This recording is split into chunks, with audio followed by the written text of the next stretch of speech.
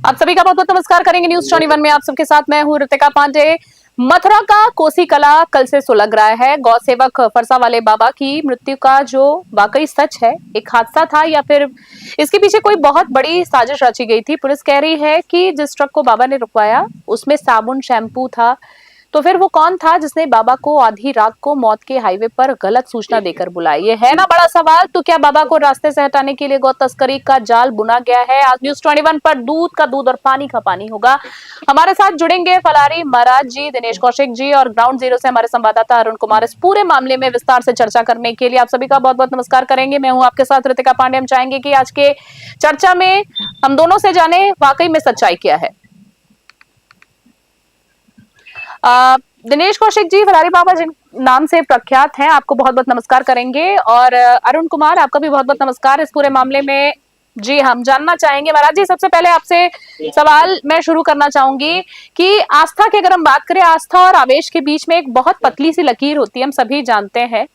जब पुलिस कह रही है कि सीसीटीवी में ये साफ तौर पर एक सड़क हादसा दिख रहा है, तो फिर इन धर्म के नाम पर कानून हाथ में लेना और अधिकारियों पर पत्थर बरसाना, जैसे कि कल हमने देखा, क्या इससे बाबा के गौ सेवा के पवित्र मिशन को नुकसान नहीं पहुंच रहा? आपको क्या लगता है इस पूरे मामले में? आपकी अपनी क्या व्यक्तिगत राय है? देखिए, तुलसीदास बाबा और फरसा बाबा हमारे प्रतिनिधि की शान थे। उन्होंने लगभग हजारों गौ माताओं को बचाया, क्योंकि जो लोग गौ तस्करी करते हैं वो अपने बड़े बड़े वाहनों में गौ माता को डाल के ले जाते हैं। तो जो भी कोई सूचना होती है तो बाबा वहां पर पहुंचते हैं, गौ माता को बचाते हैं। अब ये मामला संज्ञान में आया है कि बाबा उस वाहन की चेकिंग कर रहे थे और पीछे से किसी दूसरे वाहन ने उसमें टक्कर मार दी, तो बाबा की मौके पर ही मृत्यु हो गई।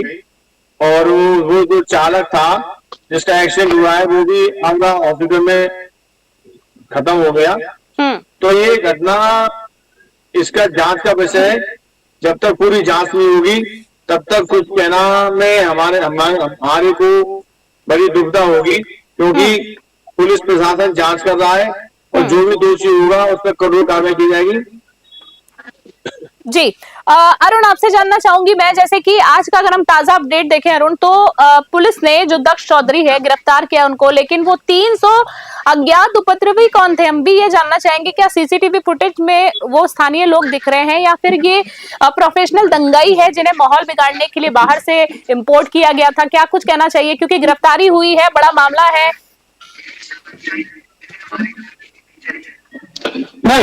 जी मैम, देखो, दक्ष चौधरी के साथ में 13 लोगों की सब टोटल गिरफ्तारी हुई है। दक्ष चौधरी एक पैन लीडर है। दक्ष चौधरी के साथ में 13 लोगों की गिरफ्तारी होने के बाद में जो भी पुलिस जांच करे, जितने भी लोग जो दंगाई हैं, जो अपराधी है जिन्होंने दंगा फसाद किया है, स्वयं शैलेश पांडे, शिव कुमार जी ने वहां पे आकर निरीक्षण किया और देखा वहां का कि क्या खुद आगरा से आए थे। कई थानों की पुलिस मौके पे तैनात रही 4 घंटे। काफी मुशक्कत के बाद में जाम खुलवाया गया। प्रशासन ने आंसू गैस के गोले डाल के जब वो पूरी दंगाइयों को हटाने के बाद में जब रोड को बाहर को चालू किया गया। जी अरुण, महाराज जी, आपसे मैं जानना चाहूंगी, जैसे कि बात करें तो फरसा वाले बाबा का अपना एक विरासत था, तो अब प्रशासन ने गौशाला को, बड़ा एक फैसला आया है, प्रशासन ने गौशाला को अपने हाथ में ले लिया और समाधि स्थल पर भी समझौता हुआ है। तो क्या आपको नहीं लगता है कि ये सिर्फ एक गुस्सा शांत करने का अस्थायी तरीका है? क्या सरकारी तंत्र वाकई बाबा जैसी निस्वार्थ सेवा कर पाएगा? आपको क्या लगता है?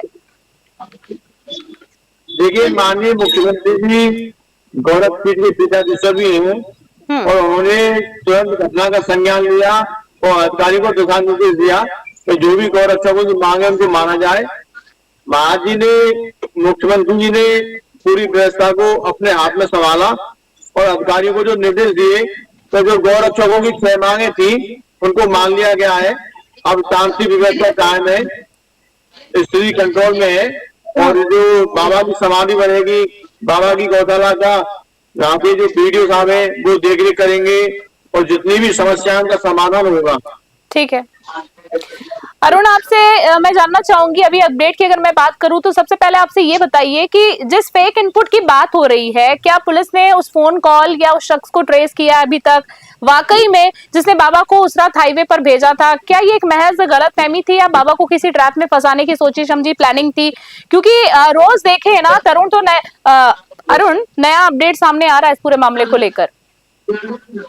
नहीं, देखो, ये नया अपडेट आ रहा है, पर ये कि जो ये जांच के विषय पे आधार करता है, जो भी जांच का विषय होगा उसके ऊपर जो भी कॉल किसने किया है, किसने बाबा को इन्फॉर्म किया है कि कहाँ पे बाबा को बुलाया उनका, एक उसकी जांच चल रही है। खुद एसएसपी श्लोक कुमार आईजी उसका निरीक्षण कर रहे हैं वृंदावन। खुद कई जब जाके उन लोगों की जांच चल रही है, जो भी दोषी पाया जाएगा उनके खिलाफ कठोर से कठोर कार्रवाई की जाएगी।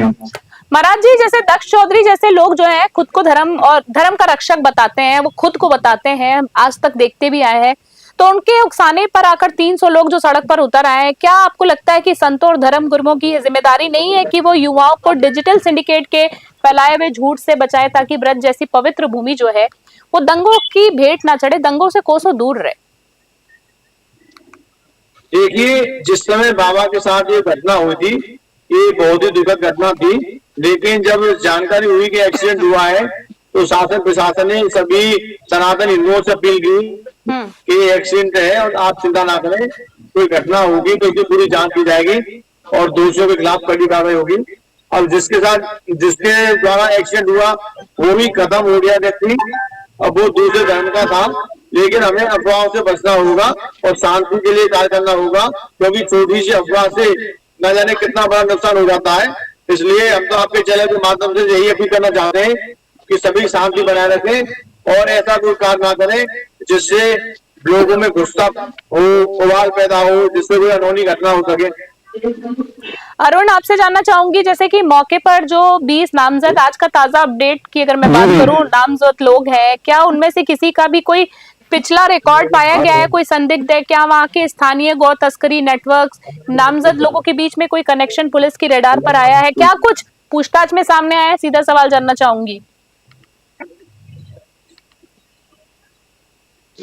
दक्ष चौधरी की अगर हम बात करें तो दक्ष चौधरी के ऊपर काफी, एक बार वृंदावन में भी काफी मुकदमे हैं। एक बार वृंदावन में भी उनका वो हुआ था, यहाँ पे वृंदावन में भी कई बार वृंदावन थाने में उनके ऊपर मुकदमा पंजीकृत किया गया था। उनको एक बार जेल भी भेजा गया था मथुरा में। तो और आपके कई जगह पे मुकदमे हैं जो उन पर लगे हुए हैं दक्ष चौधरी जी पे।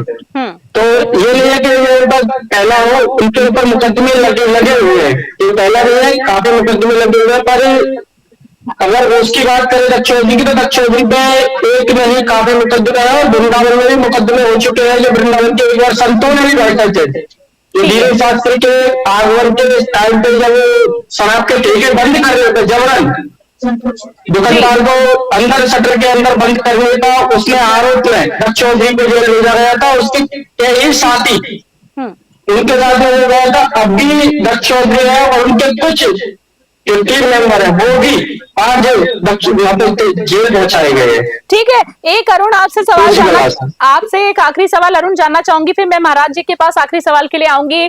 अरुण, अगर मैं आपसे बात करूं सीधे तौर पर, रॉ जिसको बात बोलते हैं ना, कि एकदम खरी बात बताइए, धरातल पर आप काफी समय से मौजूद हैं, पल पल की अपडेट दे रहे हैं इस पूरे मामले में, क्या कुछ जनता की प्रतिक्रिया है? जिस तरीके से सरकार अपना कामकाज चला रही है, आश्वासन दे रही कि हम निष्पक्ष जांच करेंगे, क्या जनता इस फैसले से खुश है? अगर खुश होती तो कल सड़कों पर नहीं उतरती। अभी की क्या प्रतिक्रिया है? और कुछ जांच में पुलिस अधिकारियों द्वारा, प्रशासन द्वारा कोई जांच में पूछताछ में दक्ष चौधरी है और बाकी जो नामजद है उनसे कुछ सामने आया है खुलासा? अरुण, सुन पा रहे हैं आप मुझे?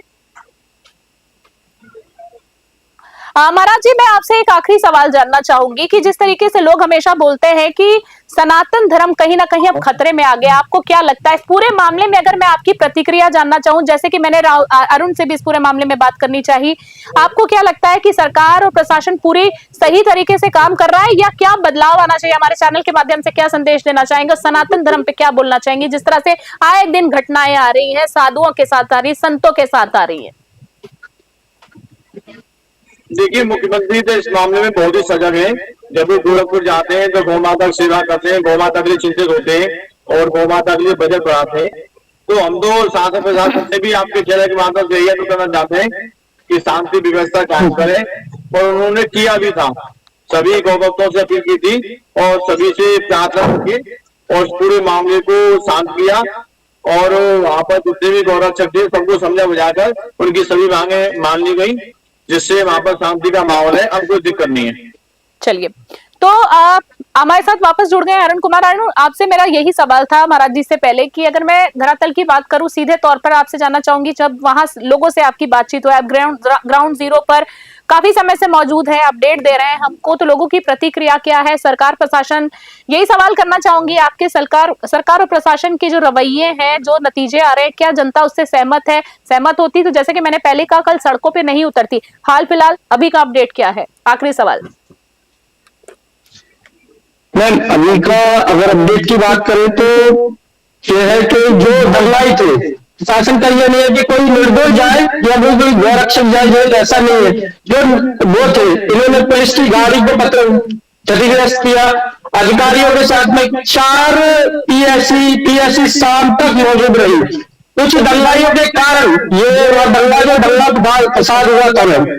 4 घंटे नेशनल हाईवे जाम रहा और पुलिस प्रशासन ने आंसू गैस के गोले दाम के जब वो सब लोगों को वहां से जाम मुक्त कराया, तो प्रशासन का यही मानना है कि जो भी दोषी है उनके खिलाफ